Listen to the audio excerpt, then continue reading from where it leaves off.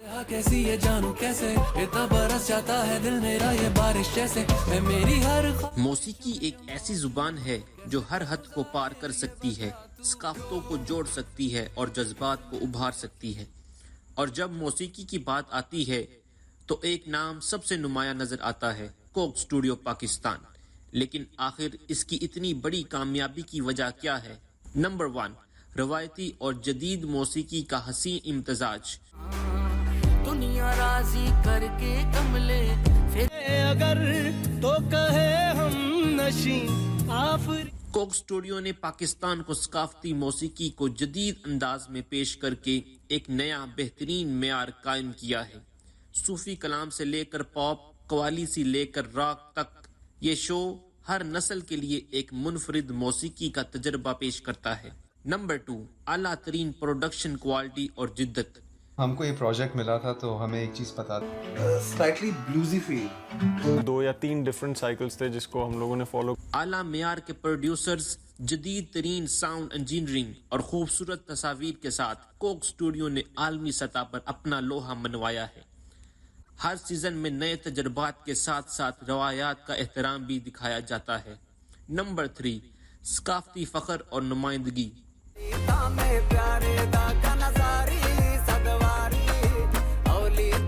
ये सिर्फ मौसीकी नहीं बल्कि पाकिस्तान की सकाफती तनों की एक जीती जागती तस्वीर है। कोक स्टूडियो ने देहाती इलाकों के फनकारों को मेन स्ट्रीम मौसीकी के साथ जोड़कर पूरे मुल्क को अपना गर्विदा बना लिया है। नंबर 4, जज्बाती रिश्ता और लाजवाल गीत। ओ हबीबे हज़ीं पर भी आका नजर। ताजदारे हरम, अलिफ अल्लाह और पसूड़ी जैसे गीत सिर्फ हिट नहीं थे, ये कौमी तराना बन गए। कोई मैनू ना रोके मेरे ढोल जुदाइयां। कोक स्टूडियो ने ऐसी मौसीकी तख्लीक की जो दिलों तक उतर गई और दुनिया भर में मकबूल हुई और अवाम ने दिल से पसंद किया। नंबर 5, नए फनकारों के लिए प्लेटफॉर्म। अर्चना दे दिसे खुली यार दी खड़िया खड़िया। कोक स्टूडियो ने नए फनकारों को मुतारिफ कराने के साथ साथ पुराने सितारों को भी दोबारा जिंदा किया।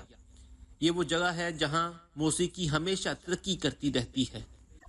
कोक स्टूडियो पाकिस्तान सिर्फ एक शो नहीं, ये एक तहरीक है, रवायत और जिद्दत का हसीन इम्तजाज, जज्बा और इजादकारी का मरके, जो उसे हमारे ज़माने का सबसे बड़ा मौसीकी का शाहकार बनाता है।